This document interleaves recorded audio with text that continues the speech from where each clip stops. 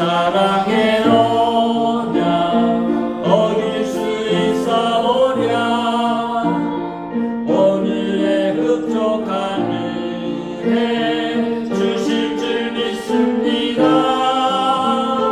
가물어 메마른 땅에 단비를 내리시니 정령의 단비를 부어 새 생명 주옵소서. 아멘.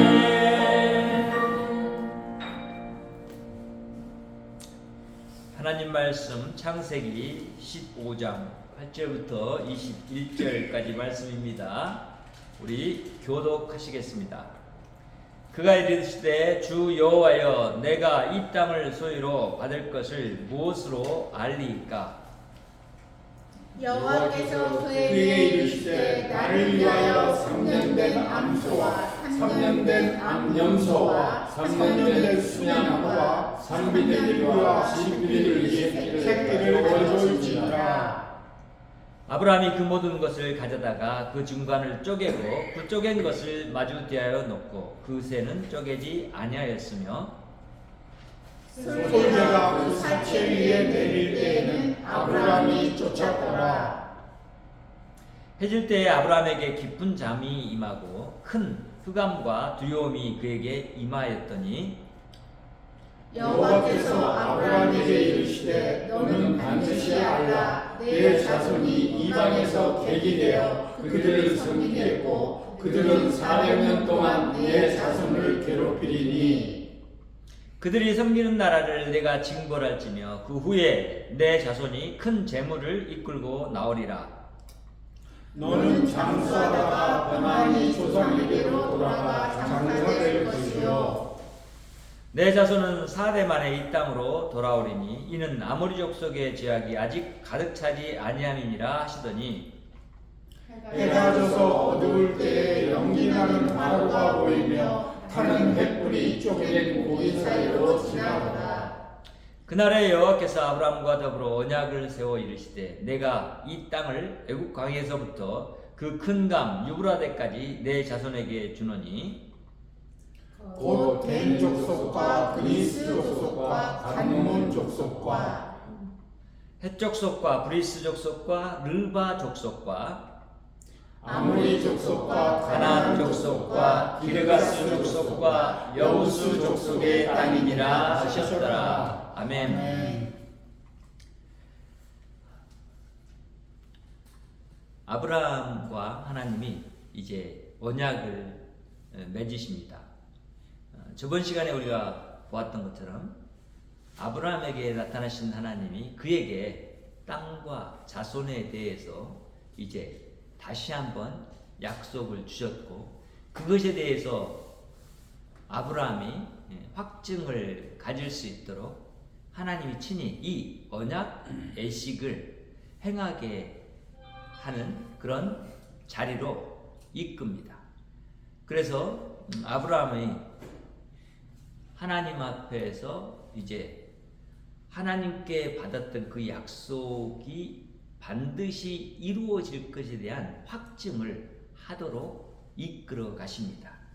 그래서 오늘 이 말씀을 보면서 우리가 생각할 수 있는 것은 하나님이 지금 이 아브라함과 세운 이 언약을 횃불 언약이라고 해요.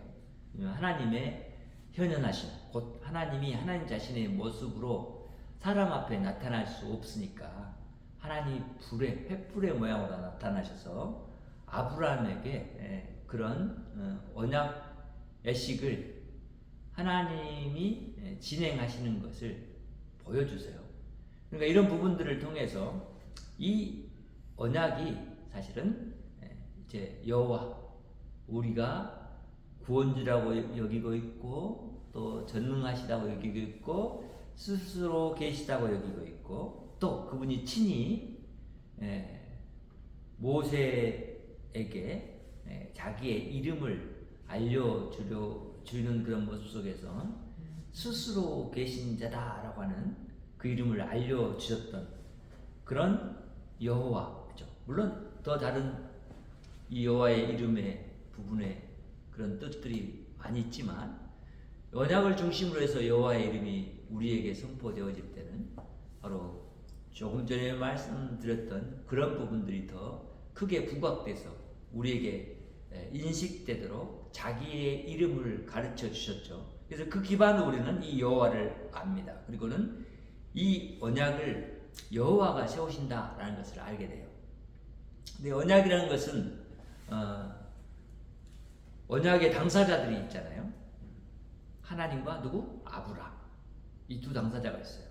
이 언약이 두 당사자를 통해서 이루어져 가는데 이 두 당사자 사이에 이 언약을 행할 때 어떤 모습을 갖고 하냐면 이 언약이 사람이 이해되어야만 하기 때문에 아브라함이 그 당시 삶의 그런 환경 가운데서 일반적으로 사람들 사이에 행했던 그 언약의 방식을 그대로 가져와서 그리고 그 언약식을 행하는데 그런 언약식의 모습은 그렇게 갖추지만 근데 이 언약식은 좀 더 다른 게 뭐냐면 하나님이 이 언약의 주관자가 되셔서 이 언약을 이루어 가시는 분이라는 것을 아브라함에게 깨우쳐 주시고 또 그러함들을 이제 나타내 주시기 위해서 사실은 이 언약의 성취자 곧 완성자가 누구냐면 여호와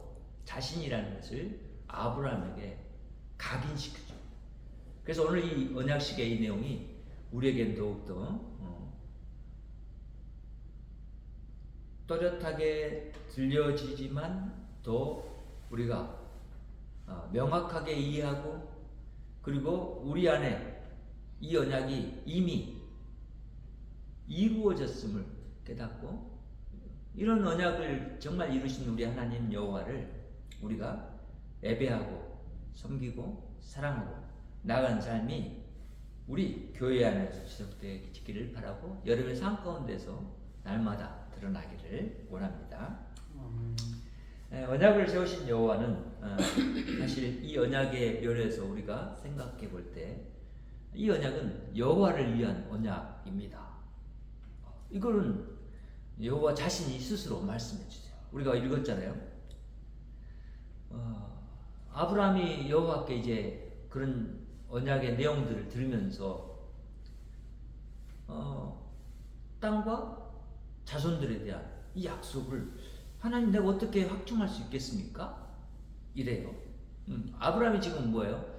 하나님이 믿음 있는 자로 여겨줬죠. 저번 주에 우리가 봤을 때 믿음 있는 자로 여겨주긴 했지만 그가 여전히 자기가 지금 확인하고 싶은 것은 뭐냐면 하나님 지금 나한테 있는 자손이 없고요. 이 땅도 지금 내 땅이 아닌데요. 이게 그러면 언제 되어질 일이에요?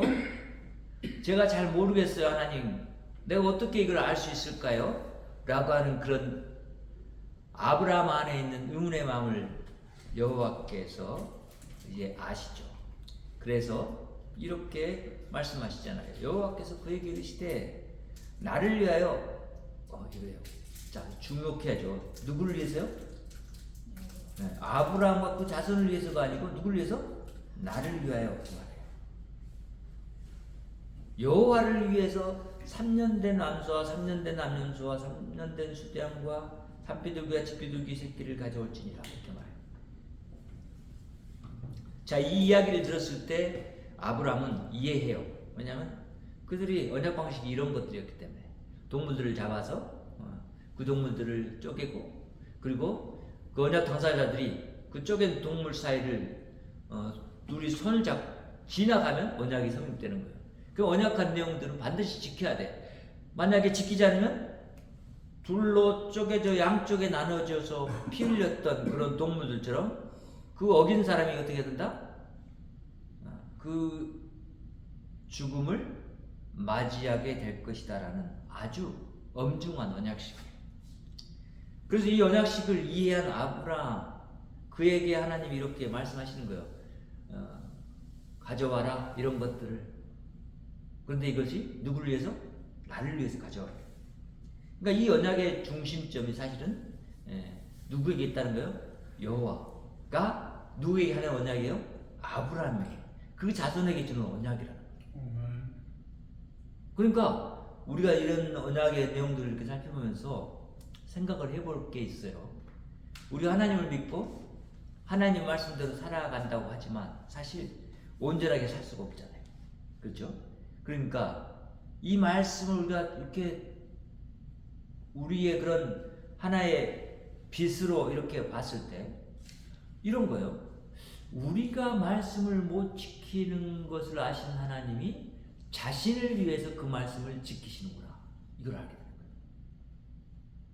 그러니까 우리가 혹 우리의 그런 믿음에 처음 선택받아서 그 믿음의 길을 갔던 이스라엘 백성들이 율법 하나님 말씀을 주셨지만 그 말씀을 지키지 못했고 그 말씀대로 온전히 살지 못했어요.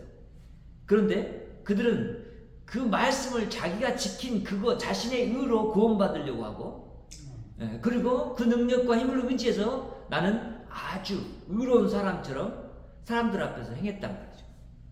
근데 이 말씀을 보면 그게 아니라는 걸 알아요. 옳게 돼요. 왜? 이런 말씀을 주시고 그 말씀을 이루시는 분은 누구다? 하나님 자신이다. 율법을 주시고 그 율법을 이루시는 분이 누구다? 하나님이신 거예요.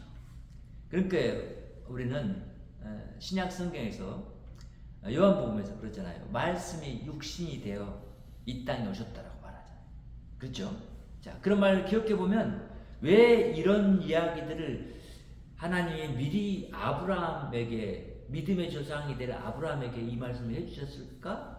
그리고 이 언약식을 행하면서 지금 하나님이 말하려고 하는 의도가 무엇인가 하는 것들을 우리가 이렇게 캐치해 볼 수 있게 된단 말이에요. 그래서 하나님은 이 언약이 자기 중심적이고 또 그 언약의 내용 안에는 누구를? 아브라함이라는 믿음 안에서 이제 새롭게 시작된 이 자기 백성으로 인정한 이 사람과 함께 맺는 언약이긴 하지만 이 언약은 반드시 자신이 자신을 위해서 세우는 언약이다 라고 말을 했어요. 그러면 이 언약의 모든 책임은 사실은 누구에게 있다? 여호와 하나님이 갖는다. 그 얘기가. 그러니까 너가 그렇게 살지 못할지라도 네가 이 언약을 못 지킬지라도 내가 지킬 거야. 이렇게 말씀하시는 거예요. 그래서 나를 위하여라고 주어가 나예요. 나와 너 사이에 맺는 내 언약 이렇게도 말하지 않았어요. 여기서 나를 위하여 이렇게 말했다. 그래서 이제 아브라함은 이 이야기를 듣고 나서 자기가 이미 알고 있기 때문에 이런 언약식에 필요한 이런 동물들을 잡아 이제 가지고 와서 모두 말씀하신 것을 가져와서 그것을 다 쪼개줘. 그리고는 마주 대에 놓은 거예요. 이렇게 양쪽에다 이렇게. 그리고는 아직 하나님과 그 언약 서약에서 이제 지금 남아있는 단계가 뭐예요? 그 쪼갠 사이로 지나가는 그 일이 남아있기 때문에 그런 다른 동물들이 와서 이제 맹금류 같은 것들이 와가지고 동물을 쪼개놓으면 와서 독수리나 솔개나 매들이나 이런 것들이 와서 먹으려고 할 거 아니에요. 그러니까 쪼개기 해놓고는 그 다음에 이제 그걸 지키고 있는 거예요. 그래서 솔개가 그 사체 위에 내릴 때 아브라함이 쫓았더라라고 하는 표현을 이렇게 하는 거예요. 자, 그러니까 아직 하나님이 아브라함 앞에 지금 임하시질 않았어요. 그렇죠? 아브라함은 동물들을 다 지금 열심히 막 잡아가지고 얼마나 힘들었겠어요. 사실 소 한 마리 잡는 것도 힘든데 지금 여기 올라간 동물들을 보면 여러 마리 동물들을 잡아야 되고 그것들을 다 쪼개서 양쪽으로 넣는다는 게 보통 쉬운 일이 아니에요. 그렇죠? 힘든 일이에요.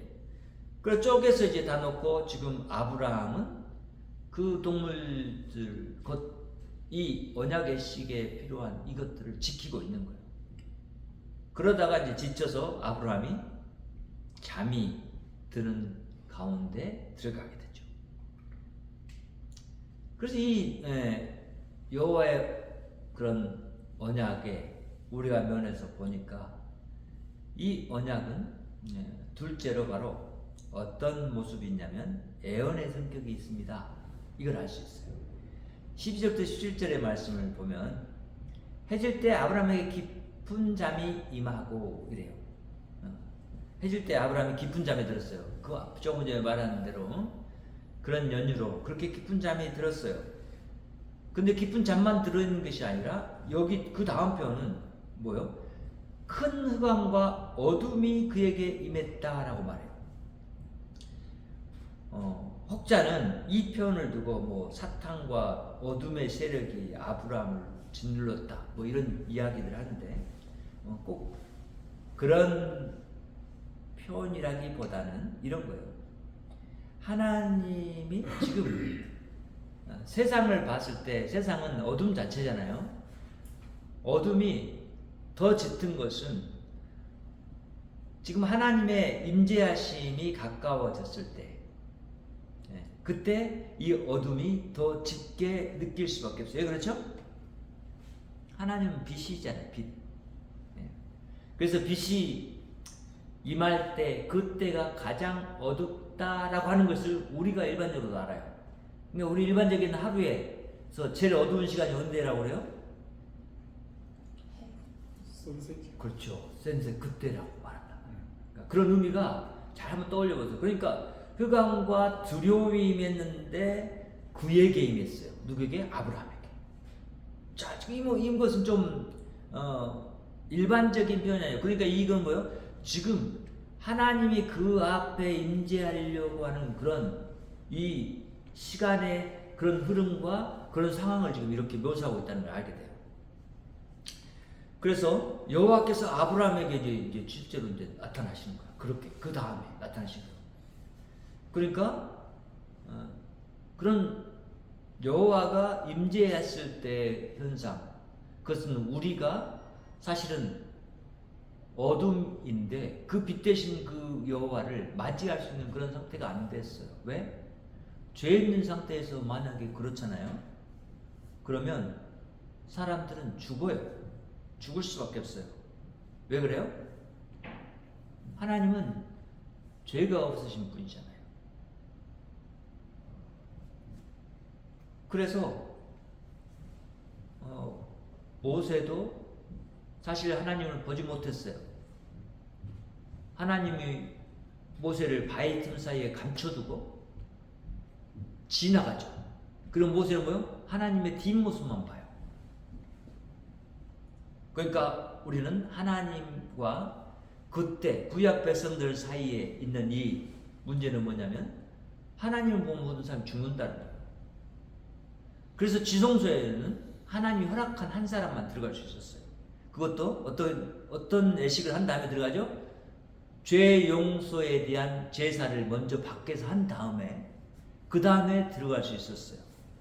그래서 하나님이 계시다고 하는 그 지성소에서 하나님의 말씀을 들을 수 있었고 하나님께 백성들의 그런 문제들을 아뢰 수 있었어요. 그래서 우리는 이런 여호와가 임재했을 때 우리 자신들도 아마 그러리라고 생각이 돼요. 두려움이 임할 거예요. 그 두려움은 무서움을 넘어선 두려움이죠. 우리는 이걸 성경적인 표현으로 뭐라고 표현하죠? 경외함이라고 표현해요. 경외함. 그러니까 지극히 높으신 하나님이 우리에게 임할 때 우리의 반응은 그렇게 될 수밖에 없단 말이죠. 그런데 여러분, 지금 여러분은 그렇게 우리 하나님을 두렵고 떨림으로 맞이하고 두렵고 떨림 가운데서 하나님의 이름을 부르고 또 두렵고 떨림 가운데서 하나님의 말씀을 말하고 두렵고 떨림 가운데서 하나님의 그 뜻을 행하는 그런 모습이 많이 없는 것 같죠. 왜 그럴까요? 왜 그래요? 여호와 하나님이 그의 영으로 이미 우리 안에 계시고 우리와 하나 되셨기 때문에 우리에게는 아브라함이 가졌던 이런 두려움이 없는 것 같아요. 그렇지만 우리는 늘 말을 해요. 하나님 앞에서 사는 삶을 살아가는 사람들이다. 이렇게. 그 말은 하나님이 계신 것을 알고 하나님을 보면서 하나님을 따라 사는 삶을 살아가는 하나님의 백성이고 자녀다라고 하는 의미로 우리에게 이해돼요. 그래서 이제 아브라함에게 나타난 여호와께서 이렇게 아브라함의 그 확증에 대한 이야기를 해주시죠. 확증시키기 위해서 이 말을 하는 거예요. 반드시 알아라. 이거는 반드시 알아라는 얘기는 뭐예요? 이것은 진실이다. 그리고 반드시 이루어질 것이다. 그러니까 네가 알아라. 알고 있어라. 알아라. 이 말. 그리고 그것은 뭐예요? 다시 얘기하면 믿어라. 라고 말하는 거예요. 내 자손이 이방에서 괴게 되어 그들을 섬기겠고 그들은 400년 동안 내 자손을 괴롭게 하리니 이렇게 말해요. 자, 이 이야기를 들으면 갑자기 하나님이 자녀를 주신다더니 자손들이 이방에서 이렇게 다른 나라에서 이렇게 객기대에서 살고 그들에게 노예 생활을 하는 그런 상태에 빠지게 된다라고 하는 것이 이게 논리적으로 맞나? 이렇게 생각을 한 거예요. 그러니까 이 이야기를 들으면서 어떤 사람들이 생각을 했어요. 이것은 아브라함이 하나님하고 언약식을 맺을 때 새 비둘기를 쪼개지 않았기 때문에 반으로 쪼개야 되는데 안 쪼갰기 때문에 하나님이 노하셔서 이렇게 한다 라고 하는 해석을 했던 사람들이 있어요. 그런데 비둘기는 작으니까 쪼개지 않는 거예요. 사실은 그냥 놓은 거예요. 그것이 문제가 아니야. 원인은 아브라함에게서 무슨 잘못이 있어서가 아니라 하나님이 지금 세상을 경영하는 방식 때문에 그렇다는 것을 알게 됩니다. 왜? 왜 그러죠? 지금 그들이 섬기는 나를 내가 징벌할지며 이렇게 말하잖아요. 그러면 이게 뭐예요? 그 백성들을 징벌하기 위한 시간이 필요하다라는 거죠. 역사는 누가 주관하고 계시다? 여호와 하나님이 주관하고 계신데 아직 아브라함과 후손이 낳지 않았지만 그들이 많아지기 시작했을 때 그들의 환경이 이렇게 다른 나라에 객이 되고 다른 나라의 그 왕과 그런 사람들 때문에 고통받고 힘든 그런 일들에 가게 되는 것은 그들이 모습이 뭐예요? 죄악된 모습, 그들이 가지고 있는 그 삶의 모습이 하나님을 모르고 떠나 있는 모습, 그런 것들을 가지고 있고 그런 가운데서 명확하게 내가 너와 내 자손을 거기에 두고 거기에서 뭐였다? 구원하시겠다라고 하는 그 의미들을 나타내시고 있어요. 또한 하나님이 세상 나라도 그렇게 다스리고 계시는 분이구나 이것을 알도록 해요. 그러니까 아브라함이 이 하나님에 대해서 또 새롭게 인식하는 거죠. 이 하나님, 지금 나를 부르셔서 나에게 약속한 이 하나님은 세상의 역사 가운데 깊이 관여하시고 그것들을 주관하고 계시는 분이구나. 그것들을 그냥 가만히 두시는 분이 아니라 반드시 그것들을 심판할 그런 하나님이시구나. 이걸 아는 거예요. 또한 그 가운데서 내 자손을 구원하실 하나님이구나. 이것을 알도록 이끄는 거예요. 그러니까 그 후에 내 자손이 큰 재물을 이끌고 나오리라. 이렇게 말한 거예요. 반드시 그런 과정들이 있을 것이다 라고 아브라함에게 말해주죠. 그리고 또한 아브라함에게 너는 장사하다가 평안히 조상에게로 돌아가 장사될 것이요 이렇게 말해요. 아브라함의 앞으로의 운명까지도 이제 이렇게 말씀해 주셔요. 그러니까 이 아브라함이라는 한 사람의 생명도 누가 주관하고 계시다? 여호와 하나님이 주관하고 계시다. 세상 역사 그리고 앞으로 자기가 아브라함의 후손들과 그들에게 줄 땅에 대한 것도 하나님이 주관하고 계시고 하나님이 그것들을 마음껏 내가 힘 있다고 마음껏 하시는 분이 아니라 그런 징벌할 때가 됐을 때 그들의 죄악이 진짜 그렇게 관영해서 심판해야 될 때 그때 하시겠다는 거예요. 그러면 그 전에 아직 그들에게는 그런 상태가 아니기 때문에 너에게서 난 자들이 400년 동안 이제 살아가면서 번성하기 시작할 텐데 그 400년 동안 시간 속에서는 아직 그들의 죄가 온전하게 심판받을 정도가 안 되기 때문에 내가 너희와 너희 자손들에게 그 땅을 줄 수도 없고 그런 상태에 있다라는 것을 하나님이 아브라함에게 이렇게 말씀해 주신 거예요. 미리 말씀해 주신 거예요. 그렇죠? 그래서 우리가 뭐라고 그랬어요? 예언의 성격을 가졌구나. 여호와의 언약. 그래서 여호와가 말씀하신 내용을 우리가 이렇게 들으면서 사람의 그런 생각과 역사를 보는 그런 시각과 그리고 하나님을 이렇게 아는 그런 모습들이 더 분명하게 우리 하나님이 어떤 분인가를 깨닫고 그 하나님을 내 하나님을 섬기는 대로 나아가도록 하시기 위한 하나님의 계획이 있다는 것을 보게 되죠. 그렇죠? 아브라함이 믿음이 있다고 인정을 해주셨지만 아직 아브라함의 믿음의 정도가 온전치 않아요. 그러니까 하나님은 아브라함에게 이런 말씀을 해주시면서 그가 점차적으로 정말 믿음의 사람으로 자라가기를 원해요. 그리고 바로 믿음의 조상이 되도록 이끄신 데까지 이르게 하신단 말이죠. 자, 그러니까 우리도 우리의 믿음이라는 것이 이제 그렇다는 것을 인식하면서 이제 봐요. 이제 16절에 보니까 내 자손은 4대 만에 이 땅으로 돌아오리니 이는 아모리족 속의 제약이 아직 가득 차지 아니하니라 하시더니 이렇게 말해요. 그러니까 지금 가나안 땅에 거하는 족속들 있잖아요. 그 족속들 지금 여기서 나온 10족속들의 이름이 나오잖아요. 그들의 죄악이 아직 관영하지 않기 때문에 내가 너의 그 자손들을 바로 이렇게 그 땅을 줄 수 없는 그런 상태가 있게 될 것이라는 것을 알려주셨고 그런 결과로 우리는 하나님이 역사를 이미 보고 계시면서 주관하고 계시고 그것들이 이루어질 때 어떤 모습으로 이루어지느냐 바로 우리는 공의의 하나님이 심판할 것을 심판하시고 구원할 것을 구원하시는구나. 그런 모습의 하나님의 성향이 가지고 있기 때문에 그런 하나님이시기 때문에 이렇게 아브라함과 이 언약을 맺으면서도 그런 걸 다 염두에 두고 계시면서 주관해 가시는구나. 이거를 알게 돼요. 그러니까 하나님은 우리를 생각할 때도 마찬가지죠. 우리를 이렇게 바라볼 때 정말 나는 죄가 많고 죄인으로 죽을 수밖에 없는 자인데 하나님이 이런 나를 계속해서 그냥 이렇게 허락하시면서 생명을 주시고 살아가게 하신단 말이에요.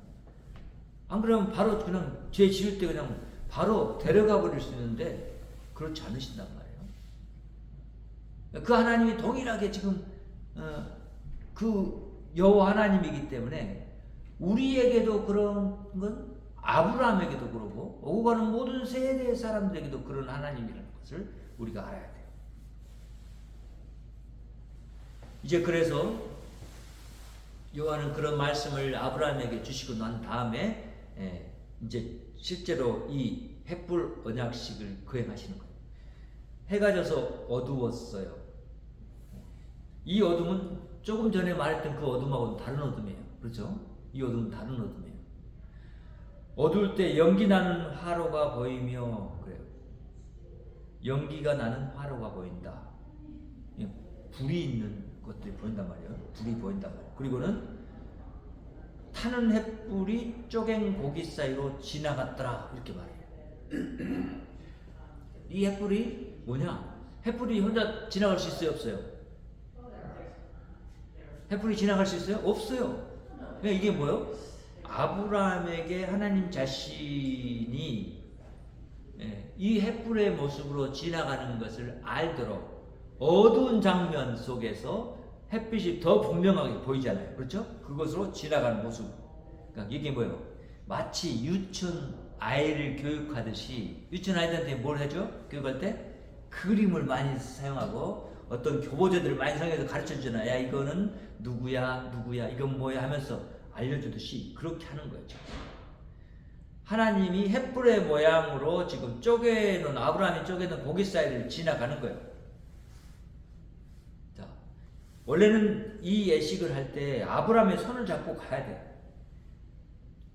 아브라함과 같이 가야 돼요. 지나가야 돼요 거기를. 그리고 언약식이 성립돼요. 그런데 여기 보면은 아니야. 바로 하나님이 횃불의 모양으로 그냥 지나가. 그러니까 이 언약은 좀 독특한 면이 여기 있는 거예요. 어떤 면이죠? 일반 세상의 언약과 다르게 그 모양은 취했지만 이것은 여호와의 언약이라는 거예요. 그래서 내 언약 이렇게 하나님 말씀하시는 거예요. 내가 이 언약을 너희가 지키지 않아도 내가 지킬 것이고, 만약 너희가 이 언약을 어기면 죽는 것도 누가 죽을 것이다? 내가 죽을 것이다.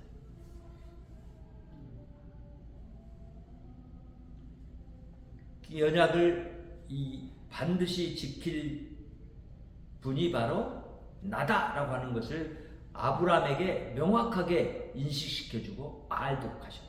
아브라함은 이해하죠. 그게 뭔 의미인지. 왜냐하면 그 시대의 언약 방식에 따라서 그 내용들을 그가 알고 있으니까. 그래서 우리는 셋째로 이 언약은, 여호와께서 세우신 이 언약은 바로 여호와가 이룹니다. 이것을 이제 우리는 알게 돼요. 자, 18절에 그날에 여호와께서 아브라함과 더불어 언약을 세워, 이렇게죠. 자, 혼자 지나갔는데 누구하고 세웠다고? 이거를 아브라함과 세웠다고 말해요. 그러니까 이 언약의 은혜 가운데 누구를 포함시켰다는 거예요? 아브라함을 포함시켰고, 아브라함을 포함시켰다는 것은 누구를 포함시켰다는 거예요? 아브라함의 자손들을 포함시켰다는 거예요. 그렇죠? 아브라함 자손들을 포함시켰다 그러면 이스라엘을 포함시켰다는 얘기잖아요. 이스라엘 포함시켰다는 얘기는 오늘 영적인 이스라엘은 우리까지 다 포함되어 있다는 거예요. 기억해야 돼.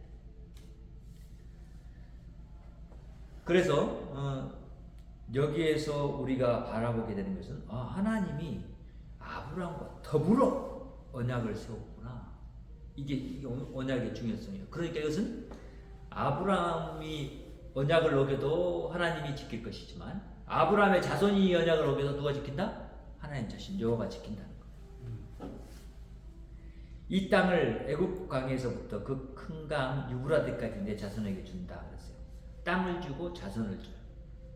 그걸 주겠다는 거예요. 그럼 이 말에서 우리 다시 한번 떠올려봐요. 그리고 땅과 자손이 나오면 하나님이 지금 마음속에 갖고 있는 생각이 뭐예요? 하나님 자신의 나라를 자신이 이루시겠다는 약속인 거예요. 이해가 되시죠? 네. 땅과 자손, 땅과 자손, 국토와 백성, 그리고 그 주권자가 누구냐? 여호와 자신이다. 주권이 누구에게 있냐? 여호와께 있다는 거예요. 그것을 자기가 이루어 가시겠다고 하시는 그 말씀을 해주고 계시는 거예요. 그래서 곧 그 자손에게 줄 땅에 대한 그 이야기들 이렇게 말해줬어요. 10부족의 이야기를 말해주죠. 겐 족속, 그니스 족속, 감문 족속, 그 다음에 헷 족속, 브리스 족속, 르바 족속, 그 다음에 아모리 족속, 가나안 족속, 기르가스 족속, 여부스 족속의 땅이니라 하셨더라 이렇게 말해요. 자, 이 말씀 속에서 이제 우리는 알게 되죠. 하나님이 주시고자 한 땅은 가나안 땅이에요. 그리고 이 가나안 땅은 사실은 가나안 땅만을 말하지 않고 그 이상을 넘어선 땅이라는 것을 우리는 알아요. 왜냐하면 그것은 하나님의 나라를 상징하는 하나님 나라에 속한 땅의 의미를 갖고 있기 때문에 그래요. 그래서 이것은 영적인 의미로서의 하나님의 나라의 땅이에요.